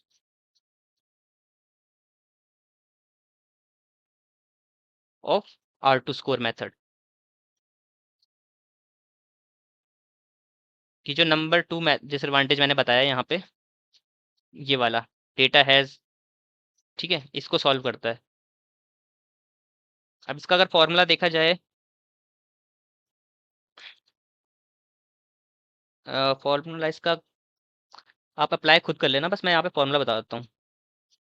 फॉर्मूला क्या होता है इसका, इससे कुछ होता है, देखो सब शुरुआत में तो वही लगेगा 1 माइनस, जो R2 में लगता ही है 1 माइनस, ठीक है। अब ये पीछे का पूरा चेंज होगा यहाँ पे। यहाँ पे सबसे पहले क्या होगा, 1 माइनस R2, जो आपने R2 स्कोर लगाया ना, उसको 1 से माइनस कर दो, ठीक है। उसके बाद यहाँ पे n माइनस 1 करो, इंटू कर दो n माइनस 1 से। n माइनस 1 क्या होगा, आपकी नंबर ऑफ रोज माइनस 1। उसके बाद जो नीचे डिनोमिनेटर में डालोगे वो होगा n माइनस 1 माइनस के। अब आप बोलोगे के क्या चीज़ है, ये के ही है आपका वो कांस्टेंट। कांस्टेंट भी क्या बोले, बट तो पहले यहाँ पे देख लेते हैं कि R2 क्या डिनोट करता है। R2 आपका डिनोट करता है जो आपने R2 स्कोर निकाला। R2 स्कोर कितना निकाला हमने, 0.692, 0.692 आपका R2 स्कोर है, यानी 1 माइनस 0.692। उसके बाद जो आपका n है वो क्या डिनोट करता है, नंबर ऑफ रोज। हमारे डेटा में कितनी रोज थी, 4 थी, तो 4 माइनस 1 3। अब जो आपका k है वो क्या है, आपका total number of input feature, input feature, या बोल सकते हैं इंडिपेंडेंट फीचर, है ना, कि आपके इनपुट फीचर कितने हैं। मतलब F1 F2 F3, output feature को एक्सक्लूड कर दो, आउटपुट फीचर को हटा दो, और जितने बचे फीचर वो बचेंगे, तो वो आपके के होंगे। और वो यहाँ पे आप वैल्यू डाल दोगे के की, n माइनस 1 यानी 4 माइनस 1, और आपके डेटा में है 3 इनपुट फीचर है, तो -3, ठीक है। तो ये आपका फॉर्मूला है एडजस्टेड R2 स्कोर के लिए। ये कब यूज करोगे, जब आपको ये वाली दिक्कत आ रही हो, इरेलीवेंट कॉलम्स वाली दिक्कत आ रही हो, तो वो इससे सॉल्व हो जाती है। तब क्या करेगा वो, मतलब अगर इरेलीवेंट कॉलम डालोगे तो आपका R2 स्कोर घटने लग जाएगा, तो इससे आपको पता चल जाएगा कि हाँ ये इरेलीवेंट कॉलम्स हैं। बट पहले तो इरेलीवेंट कॉलम्स तक आने ही मत दो ना डेटा को, फीचर सिलेक्शन से हटा दो, तो R2 स्कोर ही आपका अच्छा काम कर लेगा, ठीक है। बट फिर भी वो एक चॉइस कि आप सबको यूज करो बेस्ट, तो ठीक है, सबका यूज करो। M A M S E सबको निकालो, और फिर देखो, कंपेयर करो, जो आपको सही दे रहा है उसको यूज करो, ठीक है। स्कोर ही तो कैलकुलेट कर रहे हो बस आप। और बाकी ये कि नॉन लीनियर डेटा के साथ अच्छे से काम नहीं कर पाता इतना, और सेंसिटिव भी है आउटलायर्स को लेके, ठीक है। तो एक बार समरी देख लेते हैं जितने भी हमने मेथड पढ़े अब तक। तो हमने रिग्रेशन यहाँ से स्टार्ट किया था। रिग्रेशन में क्या होता है, हम पे प्रिडिक्टेड वैल्यूज होती है, हम प्रिडिक्टेड से एक्चुअल को कंपेयर करते हैं और फिर वैल्यूज को निकालते हैं, ठीक है। क्लासिफिकेशन में थोड़ा अलग तरीका था, रिग्रेशन में थोड़ा अलग तरीका है, ओके। उसके बाद हमने सबसे पहले पढ़ा एमएई, मीन एब्सोल्यूट एरर, निकालने का तरीका देखा। उसका एडवांटेज डिसएडवांटेज देखे, ठीक है। उसके बाद हमने देखा एमएसई, मीन स्क्वायर्ड एरर, निकालने का तरीका लगभग सेम था पूरा, बस स्क्वायर हो गया यहाँ पे, ठीक है। एडवांटेज डिसएडवांटेज देखे इसके भी। उसके बाद हमने आरएमएसई देखा, एमएससी की तरह ही है पूरा तरीका, बस आखिरी में स्क्वायर रूट कर दो उन्हें, ठीक है। एडवांटेज डिसएडवांटेज देखे। फोर्थ हमने देखा R2 स्कोर, ठीक है। R2 स्कोर के बारे में देखा कि कैसे मैथमेटिकली काम कैसे करता है, निकालता कैसे है, ठीक है, और कैसे रेंज में आता है, कैसे औरों से अलग है ये, औरों से अलग कैसे है ये, क्योंकि ये परसेंटेज में वाइज बताता है आपको। और उसके एडवांटेज डिसएडवांटेज देखे, ठीक है। फिर हमने ये एक इसका डिसएडवांटेज पढ़ा मेन, ये इरेलीवेंट कॉलम्स वाला, इसको कैसे ठीक कर सकते हैं हम। एक नई मैट्रिक्स है, वो है एडजस्टेड R2 स्कोर, उसका हमने फॉर्मूला देखा, और फॉर्मूला आप खुद लगा सकते हो यहाँ पे, ठीक है। बस ये जो नया फीचर हमने पढ़ा है वो के, सॉरी, ये नया वेरिएबल पढ़ा हमने के क्या होता है, नंबर ऑफ इनपुट फीचर, ये इंडिपेंडेंट फीचर कॉलम्स बोल सकते हो, ओके। तो यहाँ पे हमारी होती है सुपरवाइज लर्निंग की मैट्रिक्स खत्म, ठीक है। तो आपको ये जितने भी नोट्स वगैरह हैं सारे आपको पीडीएफ फॉर्मेट में मिल जाएंगे, जो भी मैं लिंक दूंगा नीचे, ओके। जैसे कि मैंने आपको बोला था कि मैं एक और टॉपिक डिस्कस करूंगा जनरल वे में, बस वो है आपका हाइपर पैरामीटर ट्यूनिंग। पहले तो ये होते हैं, हाइपर पैरामीटर होते क्या है, ठीक है। ये होते हैं मशीन लर्निंग के अंदर के पैरामीटर्स, ठीक है। इनको आप अगर इनके साथ थोड़ी छेड़छाड़ करोगे तो आपकी मॉडल की एक्यूरेसी बढ़ भी सकती है, ओके। अब इनके साथ छेड़छाड़ करने का एक तरीका होता है, उसी को बोलते हैं hyper parameter tuning. Hyper parameter तो हो गए जो अंदर पैरामीटर्स हैं, ट्यूनिंग मतलब आपको परफेक्ट पैरामीटर्स फाइंड करने हैं। मतलब आप मान लो आप लीनियर रिग्रेशन लगा रहे हो, ठीक है, एक मशीन लर्निंग एल्गोरिथम है ये। इसके अंदर मान लो कितने, 5 पैरामीटर लेते हैं, 5 पैरामीटर वैसे तो ज़्यादा होते हैं बट 5 पैरामीटर लेते हैं फिलहाल के लिए। मान लो आपके इसके अंदर है 5 पैरामीटर, ठीक है। अब आपको फाइंड करना है कि ये 5 बेस्ट कौन से होंगे जिनसे मेरे मॉडल की बेस्ट एक्यूरेसी आए, ठीक है। एक तो ये हो सकता है, पहला मेथड तो ये हो सकता है तरीका निकालने की कि आप हिट एंड ट्रायल करो। मतलब आप अपनी बेसिक नॉलेज से लगाते रहो। मतलब आपका मान लो एक इसके अंदर एक पैरामीटर होता है अल्फा करके या सिग्मा करके, चलो एक फंक्शन मान लेते हैं। चलो 3-4 फंक्शन निकालता हूँ मैं, अल्फा, बीटा, या असल में नहीं है बट मैं बता रहा हूँ बस, ठीक है। ये 3 पैरामीटर ये हैं आपके, ठीक है। 5 की जगह भी अभी 3 ले लो। आपने एक करके हिट एंड ट्रायल करके किया कि मैं अल्फा को 0.1 सेट कर दूं, बीटा को 0.2 और गामा को 3, ठीक है। आउटपुट आया आपका 91% एक्यूरेसी। आपने इनको चेंज किया वापस हिट एंड ट्रायल करके, वापस खुद ही मैनुअली चेंज किया। ऐसे में आपका लग जाएगा बहुत ज़्यादा टाइम। मैनुअली करने में मैनुअली करने में तो लग जाएगा आपका बहुत ज़्यादा टाइम, फालतू का टाइम खर्च होगा। तो हम क्या यूज़ करते हैं,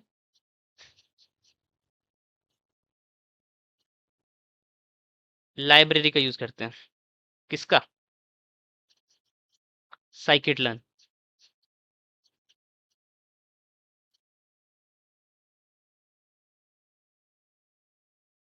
ठीक है।